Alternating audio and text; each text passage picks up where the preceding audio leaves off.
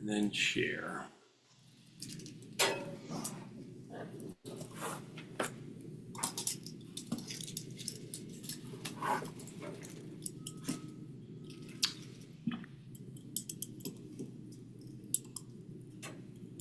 Wow. There we go.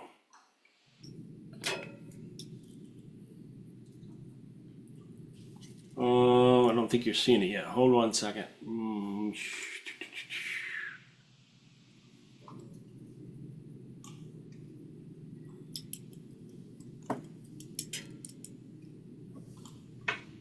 That was a little more difficult than it should have been. Okay, you should be seeing the HTIM at the top of the screen. Just either raise your hand or nod your head so I can see. Yes, a good deal. Thank you.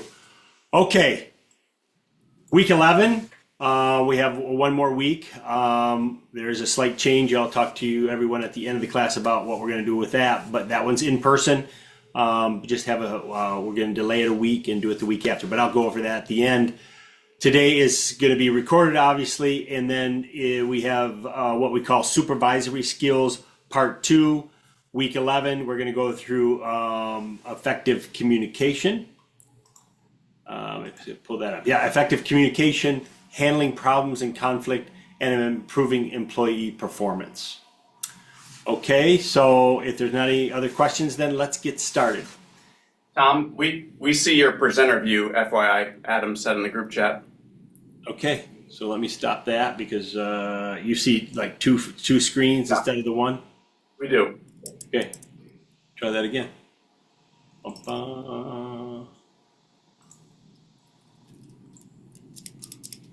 Better? Yes. Okay, thanks for letting me know. Okay, supervisory skills, week 11. Let's get started. So, really, effective communications, people define this a lot of different ways, but what we're going to try to do over the next hour and a half is really identify and avoid roadblocks to effective communication.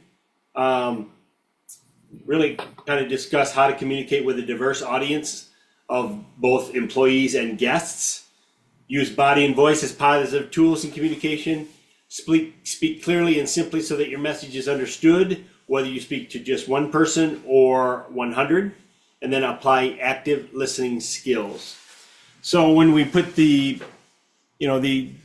word communications out there and say, what is communications? Everybody's really got their own definition. But the way we want to define it today is really the successful exchange of information from one person to another, and that could be one group to another group, one person to a group, one group to a person. It is the give and take process. So we may have to go back and forth a few times before we have complete understanding, but it is the responsibility of the sender to make sure the receiver understands the information that is being provided, right? So even though it's a give and take process that involves both, really the person that is presenting or giving the message needs to make sure that they are clear and that everybody gets the meaning of what's being presented. Questions, comments here? Okay, when we speak, we communicate in the following ways, right? Vocally, our voice, the auditory part of that. Visually, our actions, because we could be saying one thing, but our body language could certainly set the tone for another. And then the words that we use. So a lot of times people kind of bunch the voice vocally and the verbal things together, but really it's about how we deliver it with the words that we use. Okay. So sometimes we can get roadblocks to communication, and anybody know what some of these things mean? So I'll put on, do we know what the halo effect means when we're communicating? Anybody? Tone of voice. That's part of it, but really what it is that if we get one piece of information that might be good, then all of a sudden we think that everything this person says is good, and so they have this halo above them, and we're thinking, oh, this person is just he or she walks on water. they know what they're talking about instead of taking each bit of information in and of itself. So sometimes we just make a snap judgment and we give that person a seal of approval, and then everything they says is truthful and good, and we need to follow them till the ends of the earth. So we have to be somewhat careful. Understand what the message is, dissect it a little bit, and make your judgment there. Don't just lump, based on something that somebody does or says, and put them all in a bucket and say, this is the way they are. The opposite is true when we talk about the pitchfork effect. What that is that if we have a negative perception of somebody right away, then everything about them is negative, and we kind of get in that rut. So we have to take each situation in and of itself by itself and, kind of deal with it that way. So again, stop, doing an overall judgment based on just one action or observable thing, and try to separate. It's tough to do sometimes, but try to separate that if you can. How about stereotypes? Who can give me what that is?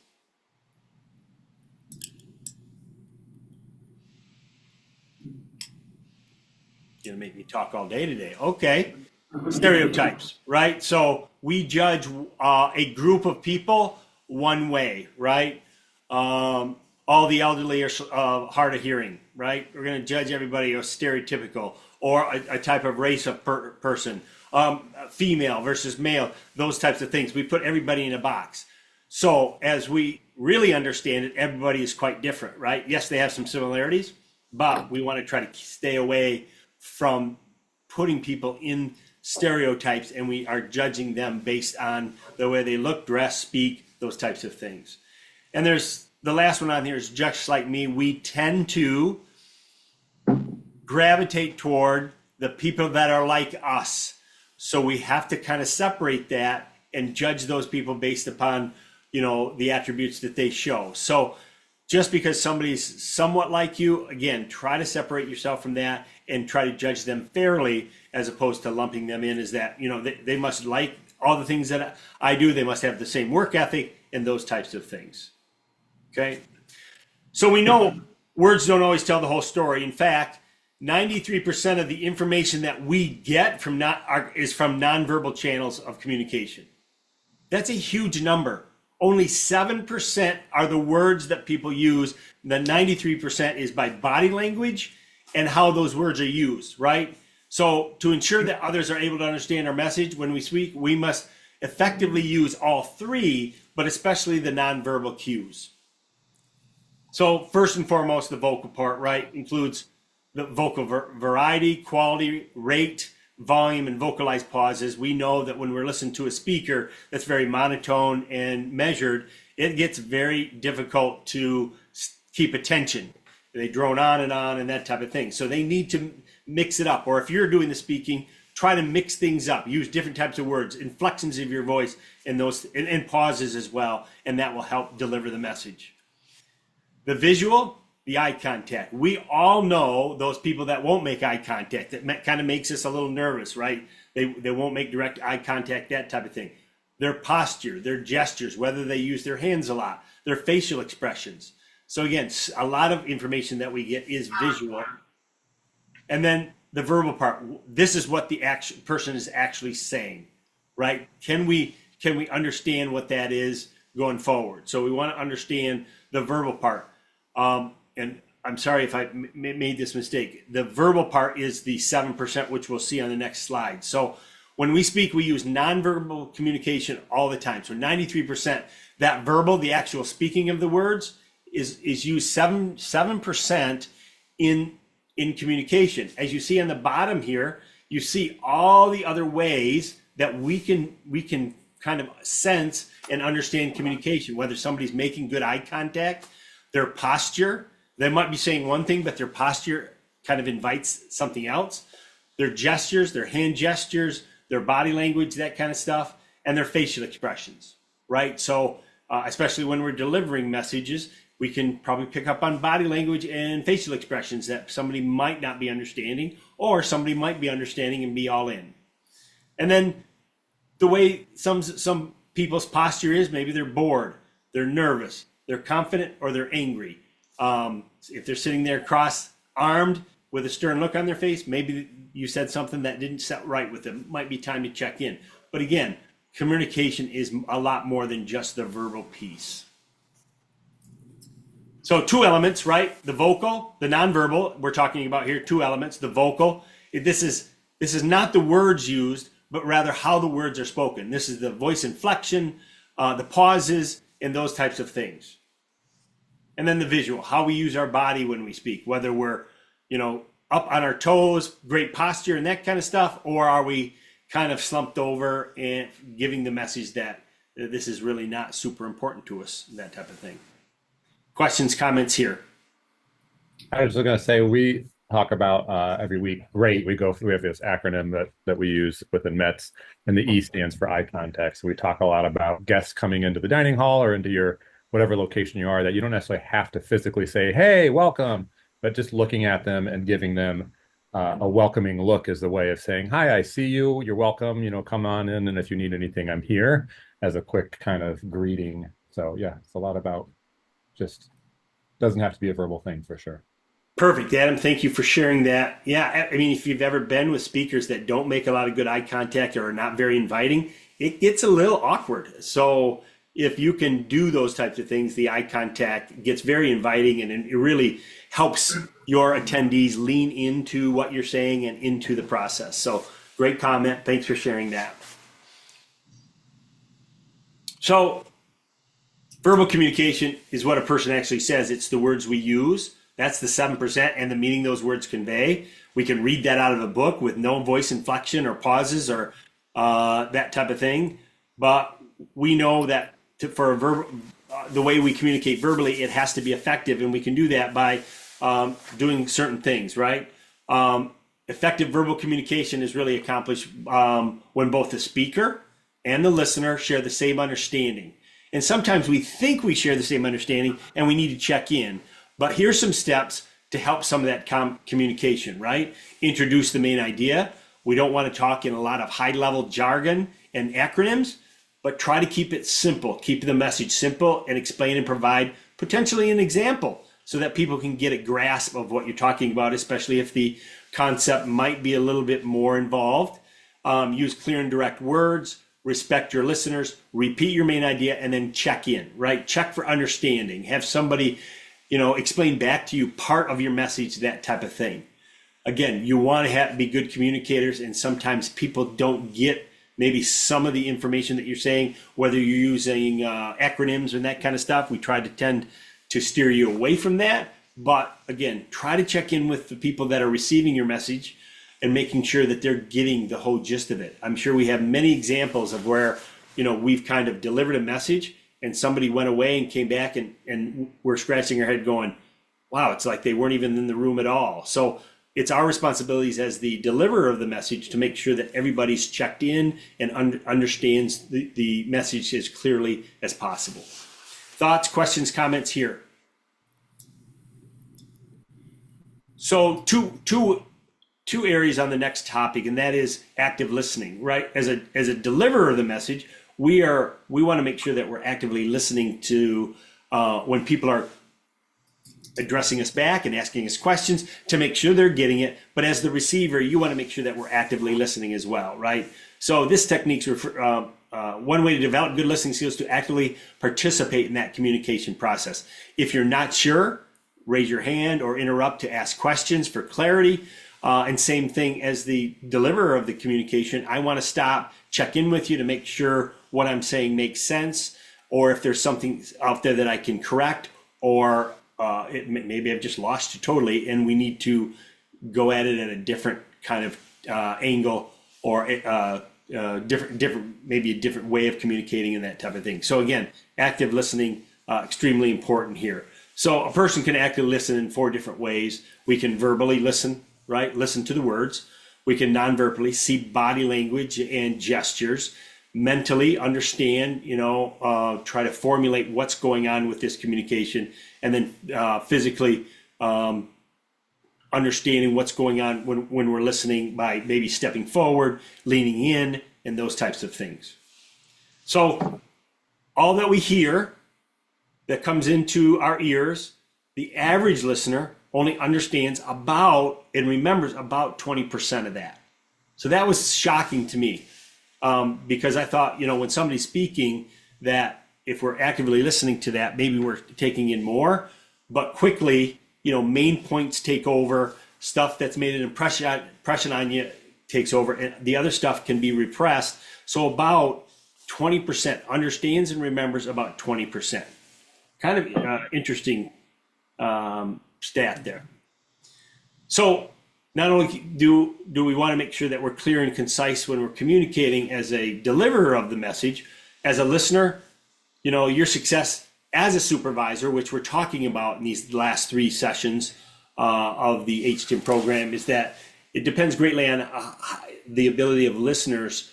It depends greatly on your ability to listen to others. So if we're listening to somebody deliver a message, how well are we getting the message? Or is it clear? Do we need to ask questions to make sure that we're getting everything that we need? Or are we just missing the boat, right?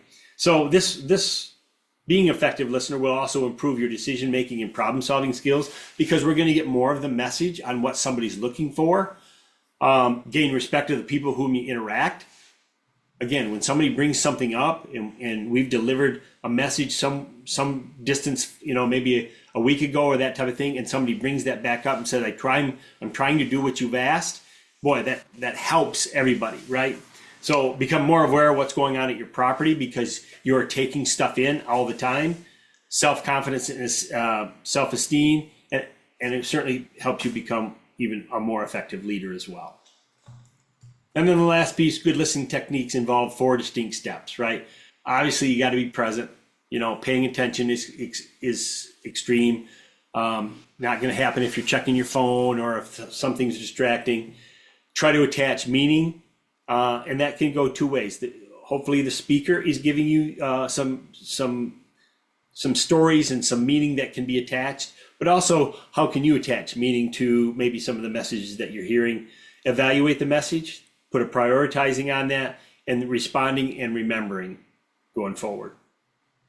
Thoughts, questions, anything to share here? Okay, moving on. Just being good listeners. Just being good listeners, right? Active listeners, making sure that we're not distracted, that type of thing. Thanks, Todd. Okay, moving from the communication piece over to handling problems and conflicts. And this is an art. This is not a skill a lot of people are born with. So we need to learn a few techniques here. So we want to understand where workplace problems are coming from. Goes without saying, if you're a supervisor, solving problems with a team of your employees is paramount. We just can't let things go on or hope they go away. We need to get in and solve problems in a judicial and professional manner. Prepare yourself to resolve conflicts, right? A lot of times we don't go into a situation thinking that there's going to be a conflict, but we may have to quickly switch gears and go, okay, so obviously something's not right here. What are the steps to make sure that I can get to the answer or to the ability to resolve this conflict? Certainly, if you've been around long enough, you're going to have employee conflicts. How do we resolve those? And it's not putting them in a cage match and let them settle it once and for all. But it's about communication skills and making sure that we get both sides of the story on the table. Identify and manage people better. Always looking for the way to manage the environment, and then identify the role diversity may play in problem solving and conflict resolutions. We all come with our biases. We all come with our preconceived notions on how people are or are not. And so how do we break that down, start from scratch maybe, and build everything back up so we can handle those problems and conflicts. So one of the big things we want to try to do is really strengthen our skill as a supervisor.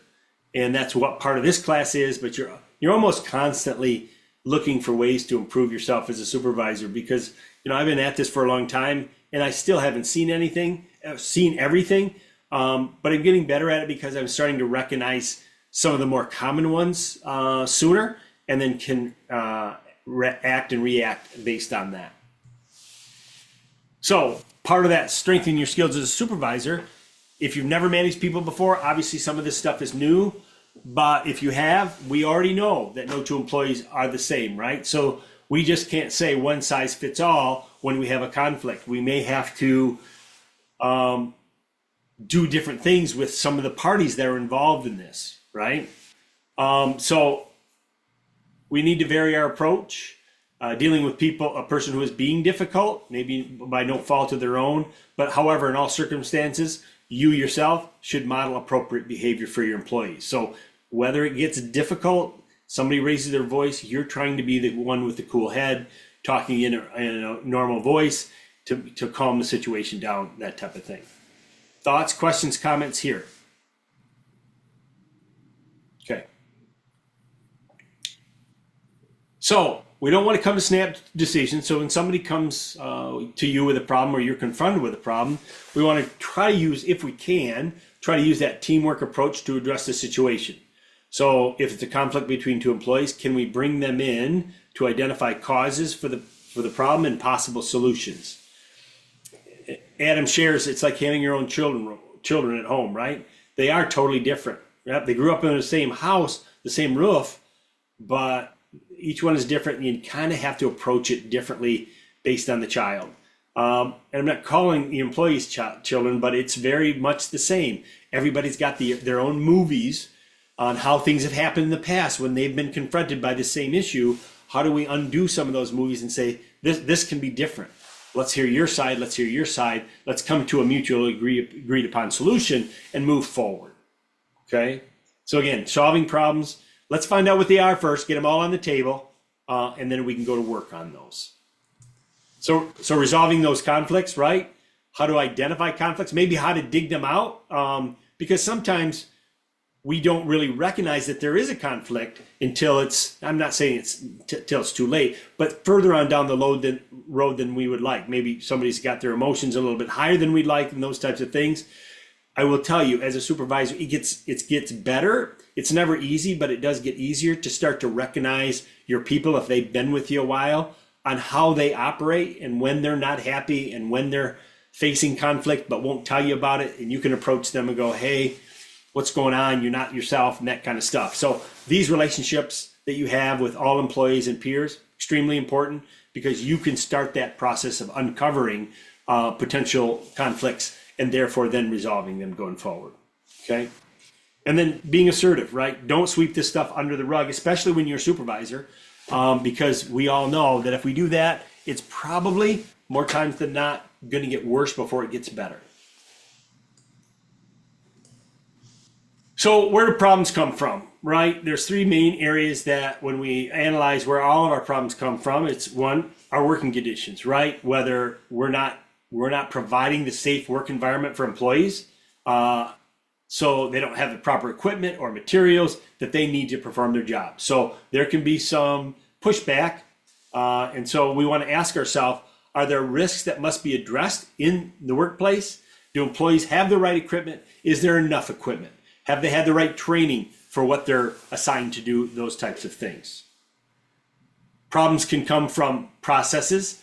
Some problems are related to people you employ to perform a job. These problems may have to do with staffing or training issues. So as a supervisor, ask yourself, are there enough people to get the job done? Because some of your people might be thinking, there's no way I can get this all done by myself. But it's up to you as a supervisor and the employee to talk through that and understand that if you've misdiagnosed that they can handle the issue, then let's have a discussion about what's getting in the way, maybe making them more efficient, or indeed having to pull somebody else in to do these tasks. So again, it goes down to the second bullet point, which is, are the employees trained properly? Do they have the training? Do they need additional training because they're not quite getting it? And then certainly are some employees troublemakers? Doesn't matter how much training and how many conversations you've had, that always seems to end up in the same place. So again, you need to do some self-assessment on your people, the people that you employ, and having communication going forward. And then number three, the organization, right? Decisions that impact the entire organization can sometimes have unintended consequences that result in problems. And some of you out there may have been part of this, right? A decision comes down from management and they didn't see it all the way through, unfortunately. And although it opened up or potentially solved the problem over here, now it's kind of tied up some of the processes that you put in place over in another part of the business. So we want to really have open communication lines up and down to make sure that when a decision comes into play, that it doesn't harm or really have a couple of steps back when you're trying to accomplish somewhere else in your business. So ask yourself, do the changes implemented by the managers or corporate office result in extra work for you and your employees? Because if that's the case, maybe we need to slow things down a little bit, or maybe push back and say, hey, if we do this, or when we're doing this, here's what's happening, and get a conversation going there. Is it difficult for you to make your opinion about organizational decisions heard? Is there too much separation? And what can we do to make that communication a little bit closer and mean something, that you have a voice, especially when you're trying to protect your people from these types of things? And then, is the work atmosphere one of inclusiveness that values diversity? Because people work different, right? So understanding these three areas will certainly help where the problems can come from. And they don't all come from these three areas, but these are the biggest areas where issues can and probably do come from. Any thoughts, questions, or comments there? Okay. So diversity, right? We understand that never more in our history that diversity plays a role here, that, you know, our workforce is more diverse than ever, and in some places more than others. But it does provide us as supervisors the opportunity to maximize the potential, because a diverse workforce is a better workforce, right? So the benefits to problem solving with a diverse group really includes showing employees their job skills and experience are valued, right? Because somebody might come to you with an off-the-wall solution that's worked for them somewhere else, and you may want to entertain that. Not always, but again, somebody comes with something you've never heard of before because of their own diversity that could benefit the organization as a whole. Certainly by providing that more creative and effective solutions, you know that if you've implemented somebody's idea, that strengthens the importance of your team and the teamwork aspect. That you're, and again, don't be hollow about that. Don't say you're going to use it and then never do, or use it and it's really not that much of an improvement type of thing. So really, you want to make sure that you're trying to convey the importance of listening, creative and effective solutions, but then the importance of teamwork. And then certainly about productivity, improving employee morale, and then reducing the employee turnover, because again, we know there's a cost both monetarily as well as time when we have a lot of employee turnover. Thoughts, questions, comments here? Okay, moving on. So when we have an issue, again, probably people are going to come to you as the supervisor, as the person in charge to solve it, but I think you can get a lot more mileage out of it if we can solve problems as a team, especially if it's a team issue. So when we're using a team approach to solving problems, here's the 6-step approach at the 30,000 foot view. Again, brainstorm to define what the problems are, because we might only, a person that brings you a problem only might be bringing you a small piece of it. So understand what's going on there. Prioritize those problems to select the problem to solve, right? So maybe there's grumblings in a couple of different places, but define what that problem is and prioritize the problems, so the issues, so that we can get to them, right? Develop possible solutions to those. Obtain that feedback by having conversations with staff on, if we implement this, what are your thoughts? Where does it benefit? But even as importantly, what other issues does it solve for maybe people that we're not really realizing right now? And then implement the best solution, evaluate the results. Don't just say, hey, that's a done deal, and then walk away from it. Again, we might have unforeseen consequences when we implement the best solution, or a solution that we thought would take care of it, and then somewhere else in the process something breaks down. And then really the remainder of this particular module that we're talking about will go into greater depth. So make sure that we're evaluating the results and have to tweak it as far as that goes. Any other thoughts, questions, comments here? So you may want to ask yourself, do we have enough of an open communication that people can bring to you problems that can be solved? And again, there can be a fine line between whining and actually problem solving. So again, trying to understand that and get to the root of the solution is paramount.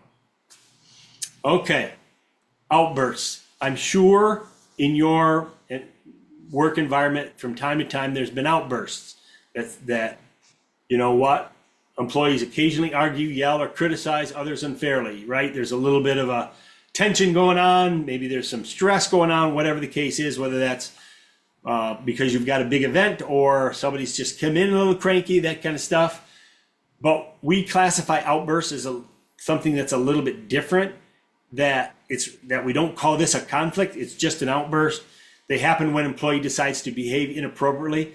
And yes, it's a decision, even though it doesn't feel like a decision. It might be a snap decision. And then outbursts are not acceptable and should not be overlooked, regardless to attempts to justify them, right? So we have to keep those to a minimum because they can certainly cause some undue strife on staff and a supervisor. So, and as a leader, as a supervisor, your responsibility to investigate the cause. Often the problem is only temporary. Maybe they're having issues elsewhere in their life and they've brought it to work. And it can be easily resolved by coaching the employee's behavior through that this wouldn't be the place, that type of thing. Any other thoughts here on outbursts within the workplace? Okay, moving on, we call outbursts one thing. We call conflicts a completely different thing. We define that it's an ongoing friction among employees, an ongoing, so it's not a one-time thing. That would be more like the outburst, but all conflicts are unacceptable and must be resolved. And then here's some examples, right? Here's some things that are a byproduct of conflict going on. It says employees who regularly avoid or ask not to work together. Continuous complaints by one employee about another employee's work habits. Frequent and heated, not to mention disruptive discussions between employees. So there's something going on here, right? And when you check into the work, put your work hat on, we need to check some of these conflicts at the door. But some people can't. So as a supervisor, we need to really search these out and handle those appropriately, because again, it could really have an effect on the staff as a whole as it starts to leak over. People are looking for allies in their conflicts and those types of things. Questions or comments here? So when we're taking the next step, then to resolve conflict, we understand that it's an ongoing friction among employees and they're all unacceptable and they must be resolved, because we don't want these things getting in the way of providing good service or to where our guests will see that. So signs of any true conflict, right? You can start to notice employees who regularly avoid or ask not to work together, complaints by one employee about another employee, and then the frequent heated, not to mention disruptive discussion between employees. Even if it might sound like at first playful banter, or that's the way we joke around, it more often than not every time, but more often than not, it ends up escalating. And we don't need that, especially when we're trying to serve guests and work as a team, those types of things. So any supervisor, you got to be prepared to confront these situations and reach resolution as quickly as possible. Okay? So, successful at resolving conflicts. Two keys, right? Being assertive, and then whatever the negotiation is involved in that. So, being assertive, right? Express your ideas, opinions with confidence and avoid being passive or aggressive. So really, when you see this type of thing happening, you have to be aggressive as a supervisor, assertive to be a supervisor, to step in and start the process of resolving it. And then being helpful in the negotiation process, trying to find a solution that both or all parties can be satisfied with. And then put on your listening hat, right? We're trying to listen to each other's side of the story and then help them come up, and it'd be better if they come up with a solution, but certainly help them and guide them in coming up with a solution. And we know when I say assertive, it's different than a passive approach, obviously. Problem, I didn't notice any problem was going on.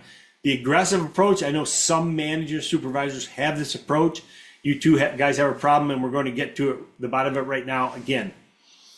A lot of supervisors tend to react this way because they think they're in charge of that piece and they need to squash it as quickly as possible. But it really puts the people that are in the middle on edge, and it starts to become confrontational.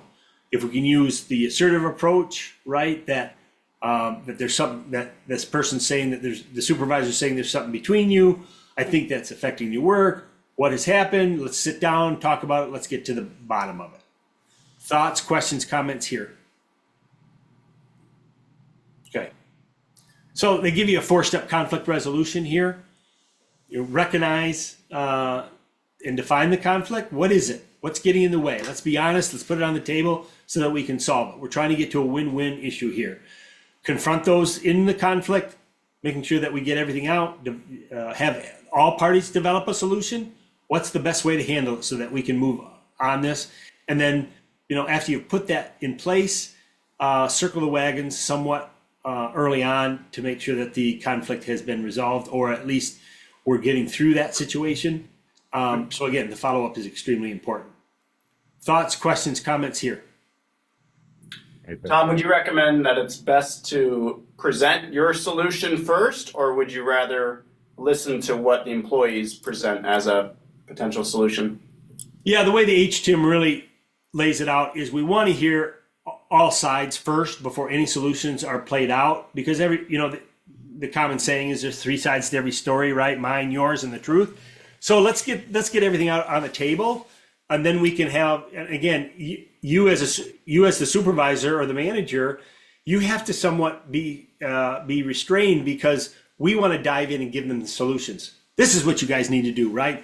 But they also need to buy in. So yeah, hear both sides and then offer them to come up with a solution. You can help guide. What are your thoughts about this? What are your thoughts about this? Have you ever tried this? And start to guide them toward a solution. But if you run in and give them the solution, that can be somewhat defeating, because one, the other, or both may not buy into that. So it really would help if they would come up with the solution. I'm here to tell you, this stuff, not easy, because some people may have their heels dug in and they're going to say they've been doing this for a long time, or there's relationship outside of your scope that you didn't know about in those types of things, or this has been going on for a long time. So this is from both supervisors, managers. This is extremely difficult territory here. We've got to try to come up with a solution, but it's the best if those parties involved are coming up with a solution. Anybody else, any other thoughts? I was just going to give an example. So as many people here know, I used to work for Apple. We had the 3 A's that we would do as customers would come in, especially upset customers. They broke their screen or whatever, and it was acknowledge, align, and assure was the 3 A's we would do. So acknowledge that they're upset. Hey, I understand that your screen's broken. Align on what's our process, or what's going to be the goal coming through here, and then assure them that they're in the right space for help, etc. And even though we obviously have 4.0, it kind of follows that same thing of recognizing, hey, I understand you're upset, and then coming up with that kind of solution together and assuring them that, we're going to work through this together, et cetera, et cetera. So I always think of the 3 A's in my brain from years ago. Beautiful, Adam, because again, depending on your training program, you might not have had these trainings, and this is difficult. This is conflict resolution, and I'm just saying you've got emotion involved here, and so sometimes people don't want to hear about it. I've done enough of my conflict resolution in my coaching practice when I've got people of the same company, and they're at each other's throats because of 15 years of battling back and forth, or family conflicts. So I've really had to exercise this a lot. It's not easy. It's about opening up and getting people in the room and trying different things and really helping them resolve it, but not trying to be too quick to an answer, but letting people have their say, telling them you understand, But sometimes there's a line that has to be drawn, and you as a supervisor need to draw it. You don't want to have this thing go on and on and on, but on the same token, you want to give everybody their space. So love the 3 A's. This is just, I guess, 4 steps. But again, whatever you're comfortable with, I'd say use it. But again, the biggest thing is to have the people in the room that are having the conflict to kind of solve it. If you, not that you can't and you won't, you can force a solution on them. They probably won't like that, or it won't be the best one. So it's better that they come up with, some give and take on their end, and you can guide them to that. Anybody else? Okay, moving on. So if we're in any type of business or workspace for any length of time, we're going to run into these personalities. We got the volcanoes, the people that have the quick trigger or the short fuse, right? We also have the internal complainers, the people that bulldoze everything, that they don't care what the rules are, they're going right over the top. The people who won't say anything until they absolutely get fed up, and then they just unload and have an outburst like we did at the beginning of this kind of section. We also have run into the know-it-alls. It doesn't matter what you say, they've either done it, said it, they've done it all, and they know everything. So it's difficult at times. The people that are always willing to wheel or deal, they always have some negotiation going on. People that don't really take a stand on anything, we call that the wet blankets. And then the people that won't take a side and are fence sitters, and they won't commit to either one way or the other, and they're just all about keeping the peace, which isn't all bad, but in some situations you want them to take a side on something. So again, we have employees, and each one of us might have a shade of these traits or two, some stronger, some not so strong. So again, a lot of personalities we're trying to work with as supervisors to be able to make sure that we're getting everything accomplished we need to get accomplished. Any other thoughts before we turn the page? Excellent. So, complaints. If you've been a supervisor long enough, you're going to get complaints, right? But it's important to work and create an environment to which employees can express their opinions if they feel that something's out of whack or process procedures aren't being followed and that kind of stuff. It's also important to respond quickly and appropriately when complaints arise. You don't want to sweep these things under the rug because they start to get ginormous, because the employee feels like nobody's listening, and the same thing happens over and over. And then all of a sudden you get an outburst, or you get a situation or an event that happens that could have been avoided.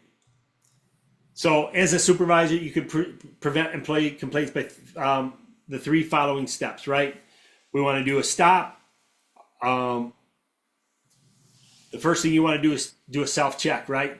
Are you a bad role model? Are you sharing stuff you probably shouldn't as a supervisor? Do you complain a lot yourself? Do you air your dirty laundry with employees? Probably not a good thing, right? So how do we maintain that professionalism and keep that stuff to ourselves, or deliver that to the appropriate party if there is one at work?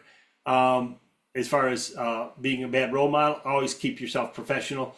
But the complaints, agreeing with the negative banter around the office, difficult, because you probably were part of that process, but now trying to keep that that positive message going, that type of thing. And again, listen, I know, been around a long time, that those things can happen and do happen, but you don't have to try to be part of it. You can be above it and try to see if you can keep it at least a minimum if you can. We're always looking around, right? Looking at your own behavior. Are you giving employees reason to complain? Are you playing favorites? Are you trying to address yourself as being a good role model for which people can look up to? Again, we don't come all equipped with all the skills necessary to be a great supervisor, leader, manager, that kind of stuff. But if we're working on it, we can start to, install some of these traits going forward with the help of our own manager and self-reflection. So again, we don't come equipped on the first day of the job, but we just need to keep taking positive steps to be a good supervisor. And then listen, when employees complain, are we just sloughing it off as this person is just a complaint, and as soon as they get out of the office, nothing's going to change? Are you making them feel that they have no voice? Because if they feel they have no voice, then animosity starts to roll in there, right? So again, give them a forum, listen to what they have to say, let them know what actions you're going to take, and then feedback with them. Even if it went nowhere, you maybe it was something that they wanted upper management to hear. You told upper management, and then you need to give them a response to what upper management said. So again, two-way communication, that type of thing. Thoughts, questions, examples here of what you've done that has been positive. Okay. So the grievance process, usually this is part of a union, but certainly people can have grumblings, and they may set you down and say, hey, can I have a meeting? And then they air some, issue that they've been having. So we don't want a lot of these, so we try to be ahead of the curve. But again, if you've been in business long enough, or if you've been a manager or in charge of employees, sooner or later you may come upon one. And some of it might be unbeknownst to you. This is a surprise when the employee sits down and says, hey, this is happening. And you're going, well, how did I miss that? So again, the best way really is, one, to follow your employee handbook. Or if you're in the grievance process, if you're in a union, your formal grievance usually includes these 4 steps, right? That you have a certain process that you absolutely have to follow for the grievance process. Not sure if anybody in the room's ever been there or you have that type of process, but again, these are the steps you want to make sure that you follow in those types of situations. Thoughts, questions, comments here. And last but not least, right, document your actions, right? It gets very difficult when you're in a situation and somebody that's trying to arbitrate or make a judgment, and maybe it's you, and we haven't got any documentation on an ongoing issue, right? And it's not, I'm not saying to do it willy-nilly and do it every single time, but it's a good idea to have complaints kind of written down so that you have some type of a record. Maybe a supervisor could receive a letter of reprimand. So again, we want to make sure that we document anything that we're doing so that somebody doesn't come and tries to skew the truth or make up stuff along the way. So again, try to document as much as you can. I know you can't write novels, but as much as you can to help protect yourself, the business that you're representing, and even the employee, to make sure that somebody doesn't downplay or misrepresent an employee because you have your documentation down. Most important thing to remember really is to document any complaints and act on them as soon as possible. And then careful records of all employee performance reviews when you do them, responses, discussion topics, and then in case you're asked to show written proof or testimony, never know, maybe there's a grievance hearing or a court of law where you've got some good notes. And listen, being in some of that over my lifetime is that the judge or anybody that's going to judge, whether it's an arbitrator, they tend to side with somebody that has the notes during the time that it happened, because we all have memories and we all think we know what's the truth. So having good notes, having at least some notes would tend to skew a potential decision in your favor, as long as they're truthful, obviously. So again, something to think about. Document the actions, especially when you're dealing with any type of conflict with employees and that type of thing. It certainly will help. Any other thoughts here? Questions or comments here? Okay. So we're going to take a break till 2 o'clock. Come back. I'll take attendance. And then we'll get into the last module of this particular presentation day. So see you at 2. Thanks.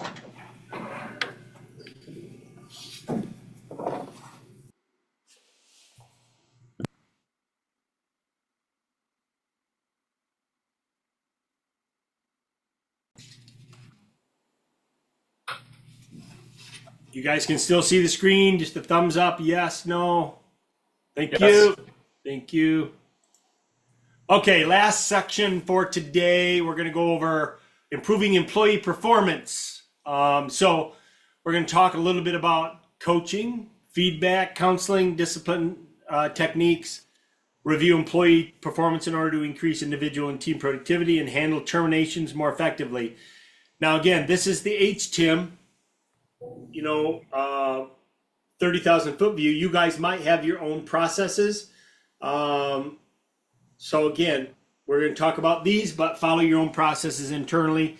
So going forward. So we know that half the battle when we're, having high performance employees, it really starts at the recruitment process, right? If we've hired the best candidates for the job, it's certainly our role to develop high employee performance, but it's just begun. But it really starts with making sure that we're doing the best job we can, hiring the right employee. We're going to talk about coaching, right? This is informal training and encouragement. It's really done on the job kind of stuff. Confirms what the employee already knows, because we have a pretty good training process and we're reinforcing that. Certainly gives the employee confidence to act on his or her own, right? Because that's part of the process, is that we can't be at their side each and every moment. So we're training and then we're coaching to kind of keep them between the guardrails. We have feedback. This is a little bit more formal. This is the information you provide to an employee that lets them know how well he or she is performing. Counseling. This is a little bit more formal, and that is showing an employee what he or she needs to do to improve performance, because maybe they've had a slip or two. And this is done one-on-one. This isn't done in front of everybody, where maybe the coaching is in front of somebody on the fly, but not seen as the same type of importance as far as that goes. And then the discipline area, right? This is corrective action. Something is went way wrong and we need to correct that. So we want to get them up to property service standards, to where everybody else is at. So this is if all disciplinary actions have failed or serious infraction has occurred, then we may have to take that next step, which is called termination. But again, you can see that we've done a lot of things, or should be doing a lot of things up to that point, to make sure the employee has every opportunity to succeed. So coaching, right?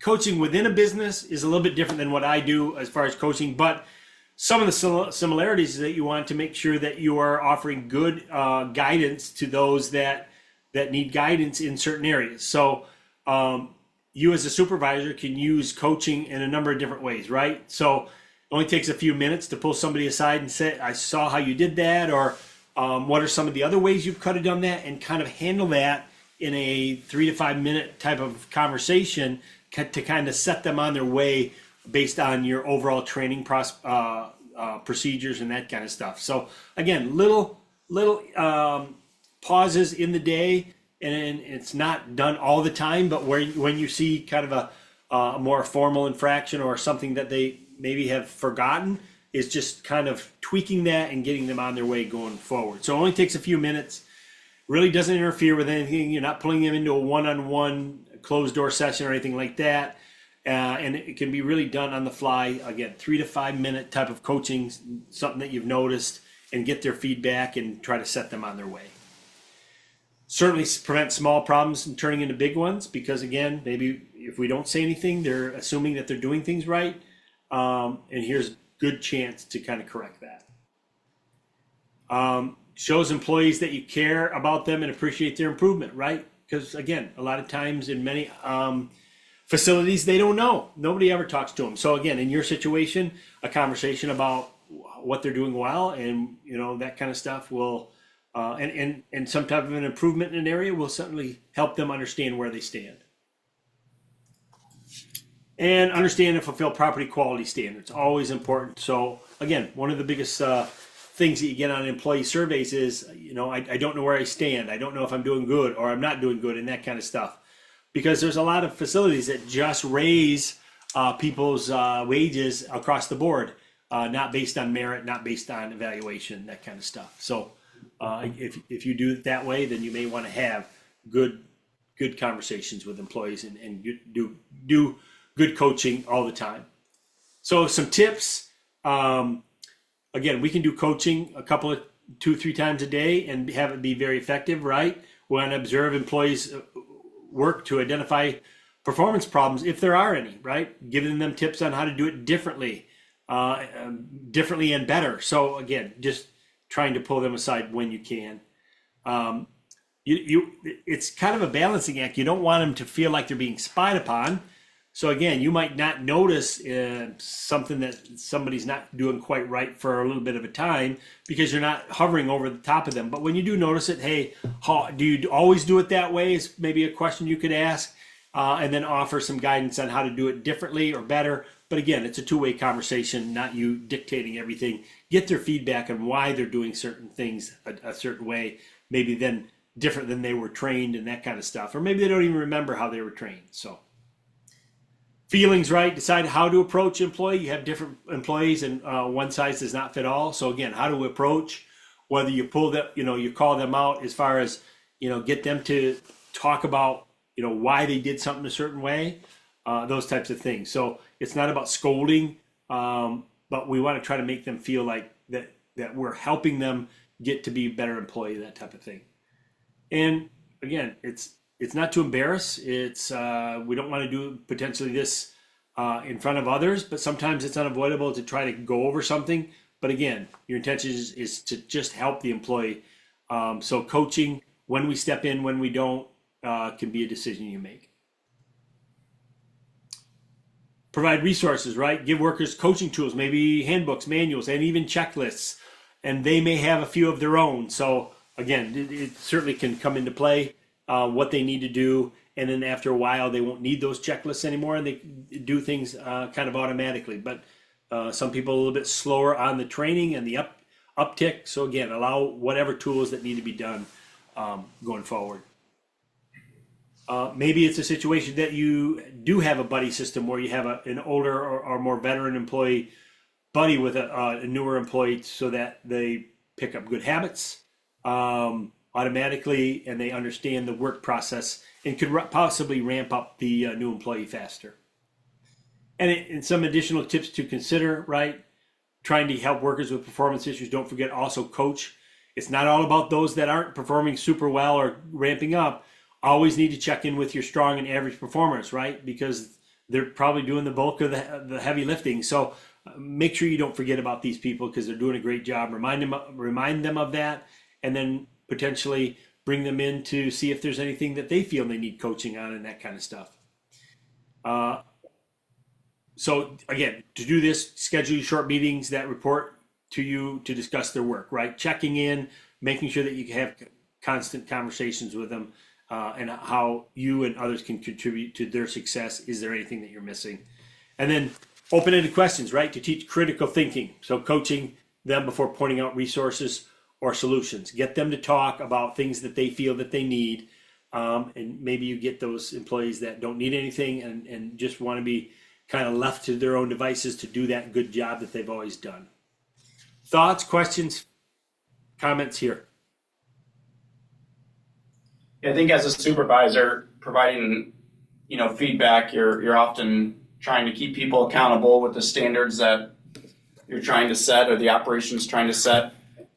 And I think trying to keep people accountable because you care about them is a key important part, not just because you want them to do things your way, but because you care about them, you care about the guest experience. So saying it in a way that demonstrates that the fact that you care about them and you're trying to help them is, I think, can't be overlooked when you're dealing with, if you just want it done this way, well, here's why. I think that's one thing. I think another thing too, in terms of training, is sometimes in hospitality, you just kind of throw people with another person, say, hey, shadow this person and good luck, right? And I think you kind of have to train the trainer. You have to train the person who's doing the training, make sure they're qualified, or else it's just going to be a ripple effect of ongoing, difficulties. Yeah, there's an art to it, Aaron. You're exactly right. You want to make sure that you're doing it at appropriate times, right? You don't want them to feel spied upon. You don't want to do it constantly. I mean, there's a certain finesse to it all, and it's not like you're going to be that great manager day one. You have to learn how to do that as well. and to take your moments to coach and to get feedback and to step in and to not step in. And again, they don't want to be feel like they're spied on, and you don't want to feel like you're spying on them, and those types of things. So that's why supervisor position, to me, one of the most important in hospitality, because again, so many facets to the job, trying to make sure that you're there for employees, making sure that there's a certain standard that's met, allowing them to have a voice, so much stuff. And then again, camaraderie, all that stuff to make sure that the guests can see that going forward. But great comments, appreciate it. Anybody else? Okay, moving from coaching then, the second type of feedback really is the positive feedback and the corrective feedback. And you notice that they didn't say negative feedback here, right? Because again, it's not to judge somebody. We're trying to get certain standards put in place. So the two types of feedback, right? Benefits here, both positive and corrective. We're trying to boost confidence levels. It's not like we're trying to out you and embarrass somebody to their peers. We're trying to give positive feedback for a job well done, but also corrective feedback the appropriate way to guide them to the right way to do stuff without calling them an idiot or something derogatory like that. It's not what our intention is here for corrective feedback. And sometimes we need to work on how we message this, right? So we're trying to boost those confidence levels back. We want to reinforce the good work habits, increase the motivation and morale. So again, positive feedback, we need to be a little bit better at that, not just, hey, good job as we're passing somebody in the hallway, but in a one-on-one, tell them, what you've noticed, what people are saying, give them good positive feedback and direction, because again, they don't know exactly where they stand until you let them know where they stand. And then that corrective feedback involves showing employee quick way to solve maybe something that they're not quite doing, that the property demands that they do it a certain way, or there's certain standards, right? And this really shows employees that they can work probably more effectively. They're probably struggling with the way they're doing it. So this corrective feedback actually helps them, certainly aids in their understanding and performance expectations. And then the potential of improving their increases in improving in motivation for performance. So they get the feeling that your leaders do care when they do a good job. So again, way to make them feel really good. But again, not trying to out somebody that's done something wrong, but bring them in, have them walk through the scenario of why they did something a certain way and those types of things. So feedback is extremely important. You got to be careful not to dress somebody down in front of a group of people, because we're trying to always build people up, type of thing. Any other comments, questions here? So two types of feedback so far, counseling so far, and that is the coaching piece, the feedback, and then we get into the counseling piece, right? So when coaching and feedback don't seem to have worked, then we got to take it a step further, right? And that is kind of bring them in on a one-on-one. Never try to do this, in front of staff or anything like that, because we're just trying to set the record straight. Maybe there's a communication issue or something like that. We want to try to understand where the employee's coming from, that they're not stepping up to the minimum standards of what we have to. So we may need to provide an oral counseling, right? So correctly, we may prevent any disciplinary action or terminations. Again, we're trying to get this thing turned around or headed in the right direction. Certainly can reduce our turnover rate. And if we have turnover, we know there's a cost associated with that. And then, hey, listen, we care about you. Your employee here, we want to make sure that this is someplace you want to be, and that we're committed to the job and the success of the job, and how can we turn things around to mutually benefit us both. And then, you hired them. There's a reason you hired them. We want to fulfill any legal obligations to the employee as far as, the steps that we want them to go through and those types of things. So counseling, extremely important. And then continues, we should always prepare in advance, right? So have a definite, didn't want to go here. Have a definite objection for the session. You try not to do it probably immediately when you've noticed something. You want to set something up so you can prepare. but have the objective in session in mind before you schedule it. So having notes, write down exactly what you want to talk about or stress and what questions you'll ask so that we can be super prepared here. Schedule a session so it won't interfere with the employee's regular work or breaks, and as far ahead of time as possible, tell the employee when the session will be going forward. We don't want to wait too long either. A couple of weeks is probably too long.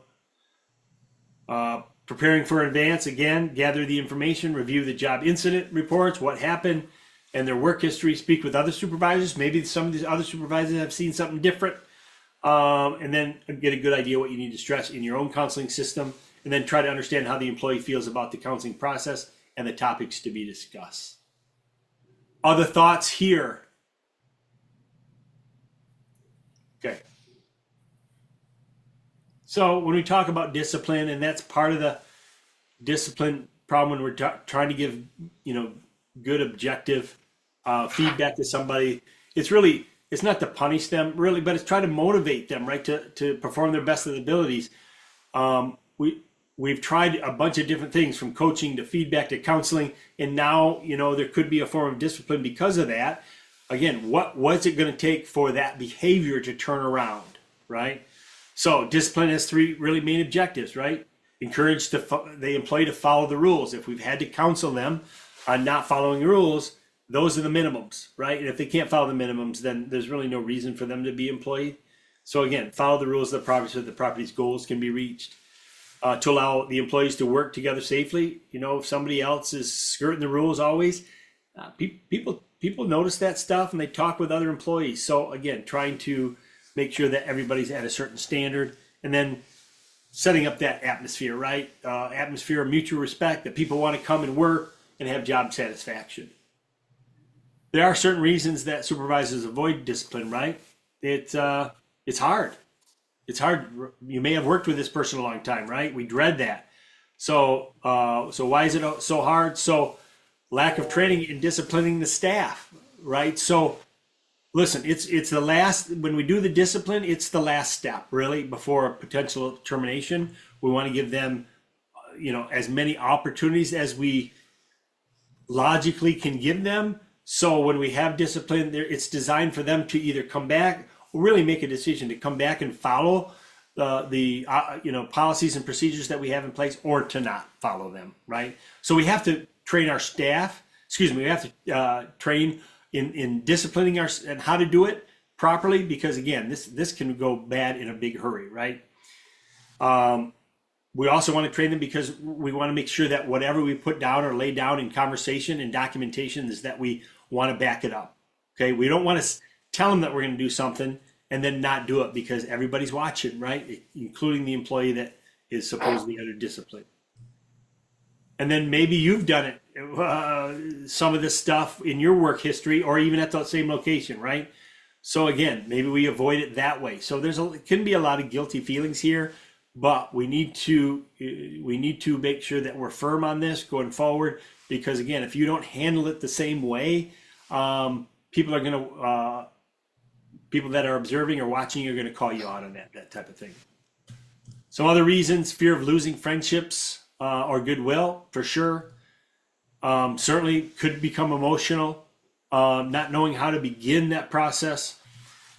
This is a bad one. Don't bury your head in the sand that the problem will correct itself. Just handle the situation as quickly as you can, maybe not immediate, but as quickly as you can once you get all the information that you need going forward. Any other thoughts here? If there's small issues, you want to correct small problems, whether they're, maybe they can escalate into major, but when correcting small discipline problems, it's important to handle them right? So kind of a process here, right? State the rule that they've potentially broken, explain the rule, why it's put in place, right?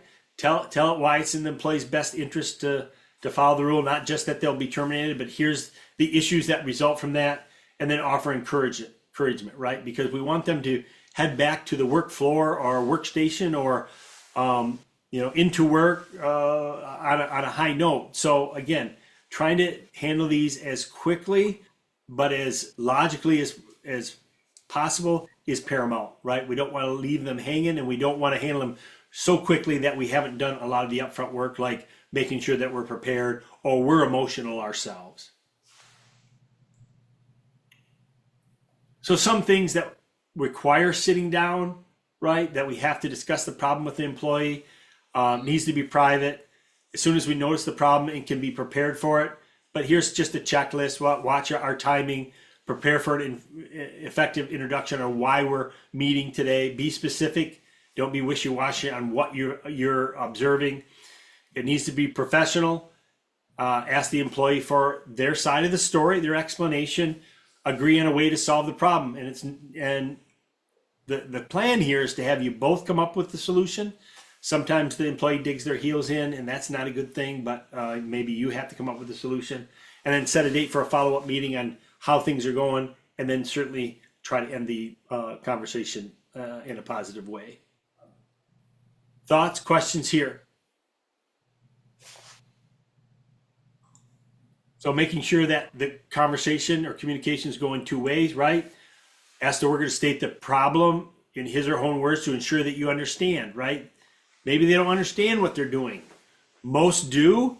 Most understand why they're in there, but sometimes they didn't get the whole story, or that what they're thinking, that it didn't quite reach the importance that you are the reason that they're in here. So again, try to make sure that the communication is clear, and have the worker or the employee state what why they're in talking to you, what the problem that they might have violated, right? And then you need to actively listen. You certainly, at this stage in the conversation, you should do more listening than talking to try to get what their side of the story is. Focus on the issue and the employee, not what the other employees are doing wrong, right? So you may even have to bring the employee back, but focus on the issue of the employee themselves. And then body language, right? Pick up clues, how they're feeling, what frustrations they might have, and whether at the end of the conversation, whether he or she understands what your expectations are going forward. If we're doing those kind of consultations, we want to make sure take notes on what they're thinking. So write down the employees' ideas. This will let them know that they're being heard, right? So maybe they're thinking that they're not being heard in their type of their work area or work environment, right? So we want to make sure that we're taking down what their ideas are and provide a record of possible ways to improve. Doesn't always end that way, because maybe it's been tried already, but let the employee know that you're taking the information down, and you'll certainly suggest it, and then you certainly will need to follow up with them. So when you're closing the session with the employee, kind of pay attention to how it ends up, right? They may be more to the point and significant when the meeting is about to close, because this is kind of their last opportunity to tell you how they're feeling. So as you start to wrap up, kind of lean in a little bit further to listen to what they're saying there.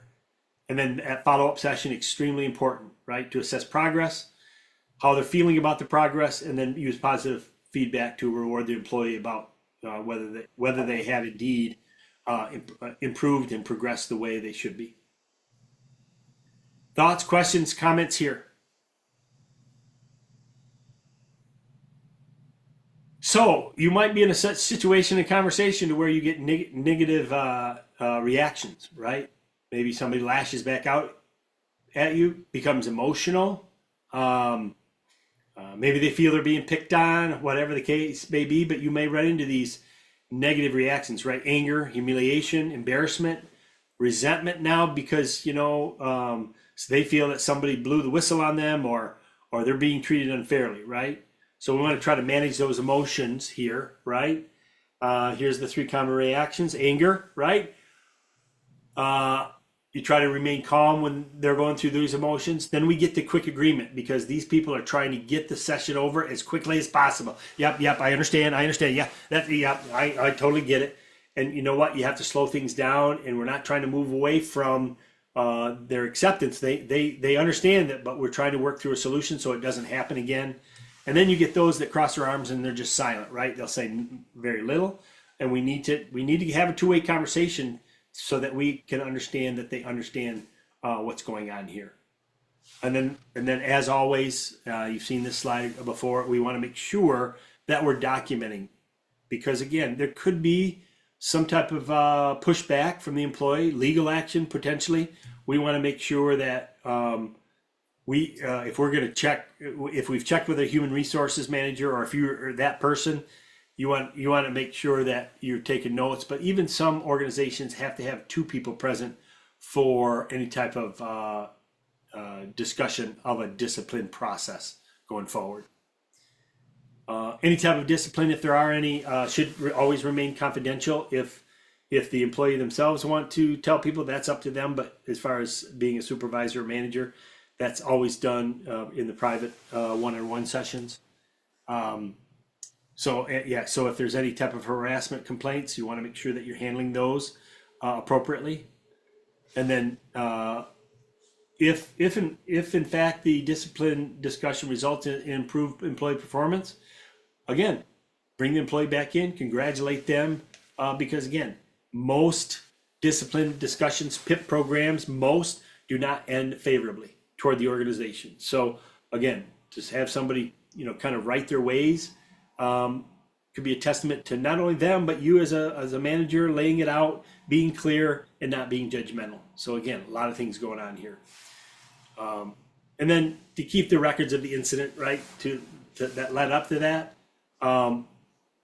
We want to make sure that good documentation will help keep track of the important facts, dates, especially if somebody's going to have you testify, or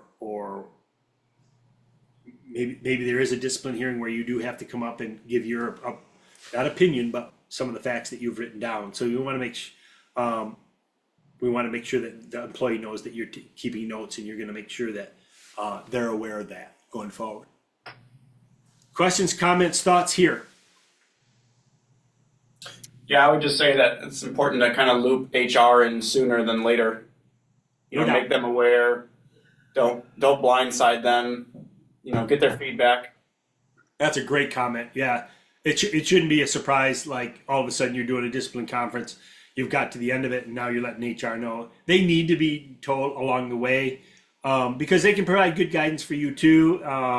Again, giving you your options, letting you know what's going forward. But again, don't blindside them, because they're your ally in this situation.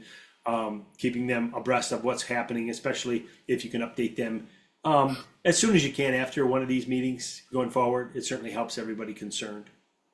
Good comment. Oh, the performance review. Don't know how many you do here. Who can share with that? Do you do performance evaluations or performance reviews? Yes. Yes. Okay. Is it more yearly? Yeah, I think Adam says yearly. We do them once a year as well. Got him. Yep. He said yearly. Good. Again, important, right? A lot of us get caught up and we don't do a good job of letting employees know where they stand. Some of us do a very good job of it, but some of us don't. And so this kind of catches all that. Employees want to know if they're doing a good job, right? If they're not doing a good job, where did they miss the boat? What are they doing that they didn't get the hang of, or they didn't get the message on?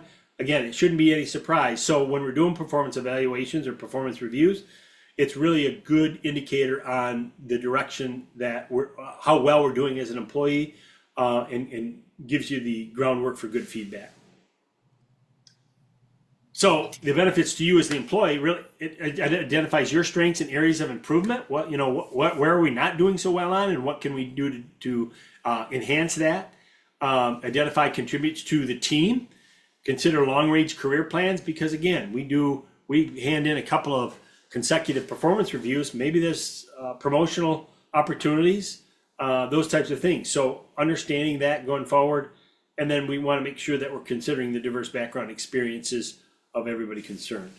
Benefits to the supervisor, right? Communication between you and your employees, improve the employee efficiency and boost employee morale if everybody's got good performance reviews, and we're not just arbitrarily picking numbers. We're really going on a thorough process here. It certainly helps the employee morale and efficiency. We want to tie a lot of those performance reviews to your property standards, right? We're not just doing these off the cuff, off the top of our head. We are, relating some parts of the review back to the mission statement, how well we're doing, certain standards that we put in place and that type of thing. And then this also allows us to pinpoint upcoming training opportunities. So again, maybe there's a situation to where we're noticing a pattern that we need more help and training in a certain area, and then we can set things up that way. So keep notes not only individually, but overall for your teams, so that we can certainly train and provide assistance to the team as a whole. And the benefits to the property allow upper level management to set salary levels, right? We want to keep good employees and then continue to develop ongoing job training programs. Because again, we all forget stuff, shortcut stuff. Being brought back to the way it should be done is very helpful. Types of performance reviews, there's two types, right? There's the task-based and the trait-based. The task-based really is rates the employees on their ability to do certain tasks, such as vacuum guest rooms, check in guests, check. I mean, those types of things. And then trait-based, right, rates employees on personal qualities such as responsibility or shows initiative, right? These are a little bit more subjective based on supervisors. So again, a performance review can have the two types based on that, on those two areas. Performance review, really, there's 3 steps here: what you're doing before the review, what you're doing during the review, and what you're doing after the review. And really, before the review, there really is an 8-step process, right? If you can, this is asking a lot, but note employee performance each week if you can, right? It seems like a lot, but again, if you can get some type of checklist that you can go and have 5 to 8 things on there for each employee each week that are they checking in based on your own mission statement, values, minimums. It will help trying to sit down and trying to recall. If Adam says that you do them yearly, I mean, you're going to be sitting down for their upcoming review and you're going to go, oh, that was 11 months of, let me see, where are we? So again, just an area that you can write some quick notes about employees' performance will help the overall process. Certainly go over their last performance review. Straightforward by setting up a date, private location between you and them. Certainly gather all your information. And it's always, I love this, is that ask the employee to self-evaluate him or herself, have them. And here's what's going to happen. They're either going to be too hard on themselves, too lenient on themselves, but rarely does anybody middle of the road. So not saying it doesn't happen, it does. But again, your job is to really try to be honest with a person if they're thinking too highly of themselves, but also help lift them up if they're always talking about how they could do better. Because some people just hammer themselves on some of this stuff. Make sure you got an agenda, something that you want. Make sure you got a list of objectives you want to cover. Complete that evaluation form, and then decide when to discuss salary adjustments. And again, maybe it's automatic with your firm or what you do there. But again, we're saying that most of the time, or a lot of the times, that increase in pay would be really based on what the review looks like, that type of thing, and not just a rubber stamp. So make sure that you have a good process in place. If this is not it, then make sure that whatever process you have is pretty good process to be able to increase good employees' wages going forward. Thoughts, questions, comments here? Okay, so that's before the review, right? We want to get set up, be prepared. During the review, we want the employee to do some talking. This is not a one-way conversation here, right? Because they had a hand in how what they're going to be evaluated on over the last year, if that's how often you do them, right? So encourage them. Wherever you can, praise the employee's job performance. Now, we don't want to get carried away and be fake about it, but again, play things that you've known, and if you've written your notes every week, maybe there's something that sticks out that you can refer to the employee. So honestly, praising the employee's job performance, if warranted, is extremely important. If it's the first review, kind of go through your process, explains why these things are conducted. If it's not, ask them to discuss progress made on goals set at the last review, if you have done that. So not everybody does this, but what are the goals for the employee that they've set for themselves a year out, so that now, we can assess that going forward and have them assess it themselves, because those are the goals that they themselves have set. Explain your evaluation, why you've done some stuff and evaluated the employee certain ways, and then set measurable goals and agree on an action plan to help the employee improve that job performance. Maybe they're falling down in a different way. Maybe they had something go on in their personal life that affected their work life, those types of things. But set these measurable goals and make sure that they're both agreed upon in your one-on-one evaluations. So you want to help the employee improve. So how else can you be supporting the employee so that they can improve in these different areas? And then I always have my owners, people that I consult with, have evaluations that are signed. Not all do, but that doesn't mean you're in agreement, but that the information on the form itself was delivered properly and the employee understands it. Other thoughts, questions, comments here? Tom, one thing that we also do that I think is helpful is to ask the employee feedback on your management. So it's kind of your own review as well. So it's kind of a two-way street. I love it. So do they have a form, Aaron, or what? How do they convey yeah, that? I mean, we just have questions that are talked about during the review, and this is scratching at the floor, though. What? Why? hi, Rihanna. Brianna. There you go. One of those questions is, help me out. What is it? It says, "What feedback do you have for me?" Or how, basically, like you're kind of flipping the table. You're kind I love of switching seats for a minute. I love it, and I'm guessing that they can potentially get caught off guard the first time they're through it. But if you've done this, on an ongoing basis, they should be prepared with that question. Yeah, and sometimes it's honest feedback. It's like, hey, by the way, when you do this, it really throws me off, or so you kind of have to take at it from a humble standpoint, but I love it. generally, I love that. come together. That's great. Love that two-way, because again, we're not perfect as managers and supervisors, and we know that. So wherever we can get help, I think it's great. Great feedback. Thanks for sharing. Anybody else? Okay, moving along. We're up to after the review, right? We're done. Evaluate your session. Did you get everything handled the way you thought you should have handled it? Or, and this is where you got to be honest with yourself, right? How could you have improved it? Did you forget something? Is there a process that you follow, or are you just kind of diving in? So again, a chance to go, because again, this is somebody else's work product that you're evaluating, and you need to be somewhat professional at it. So try to improve each one of these, not only each session, but every year you get better at it, right? To make sure you're doing the right things for the employee. They're relying on this really to improve themselves. So you really should be good at it if you're doing them all the time.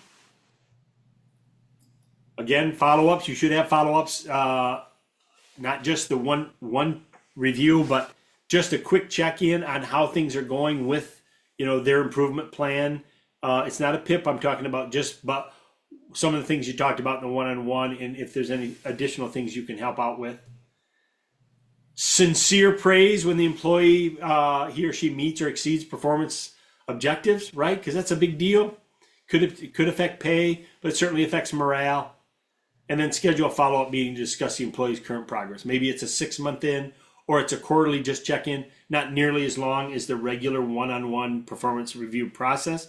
But again, it gives you a good check-in and gives you an idea on what's going on with the employees, and potentially catch something that you need to know about going forward. Thoughts, questions, comments here?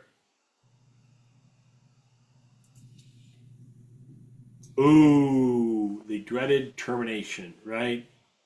This kind of happens when everything else failed, right? We tried some coaching, we tried some feedback, we tried some consultations, and even in performance improvement plan, and nothing seems to work, right?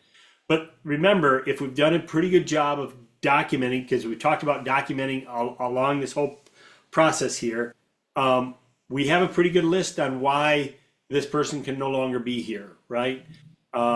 We want to make sure that we involve others, could be supervisors, HR, that type of thing.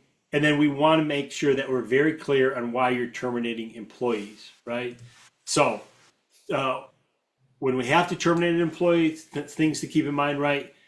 Try to help the employee see that termination is a business one, right? So a lot of times they'll turn it into a personal situation in the conversation, but that's not. I mean, you had certain standards there at your organization. And it's not the first time you've talked about certain things, and it should be documented. It's not a personal one. It's a business decision going forward.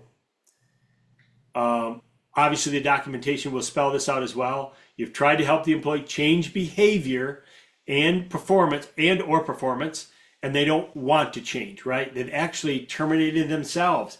You've put the things in place, the minimum standards to stay here, to be here, and they couldn't do that. And you know what? It's just the way it is. And then really, you guys got employee handbooks, and I'm sure in there you've got termination policies. You have to follow your own policies and procedures. Because again, if you've asked the employee to read it, you got to know what it says in there as well. So make sure you're following your own termination policies and procedures there.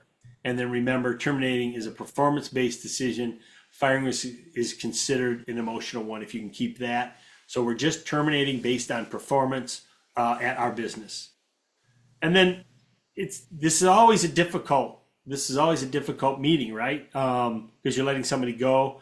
So when you're communicating during that termination process, we don't know how they're going to react. We have a good idea that they know it's coming. And while we can't control their reactions, you can influence them by your own reactions in the way you behave. So, keep in mind some of these points here. You want to choose your words carefully to avoid confusing or offending the employee. So try to be as direct and as succinct as possible. That way you're not going to be confusing. We recognize that and respect feelings and responses of the employee. Again, different employees are going to have different responses, right? From tears to anger to just going quiet and potentially just getting up and walking out. So again, trying to recognize and respect those feelings. And then you have to be professional here, right? Don't act inappropriately with the employee while conducting the termination. So again, trying to make sure that you're handling it, allowing them to, talk, but also you don't want it to get out of hand and controlling some of the potential outbursts and that type of thing. Anybody have any questions, comments, thoughts here?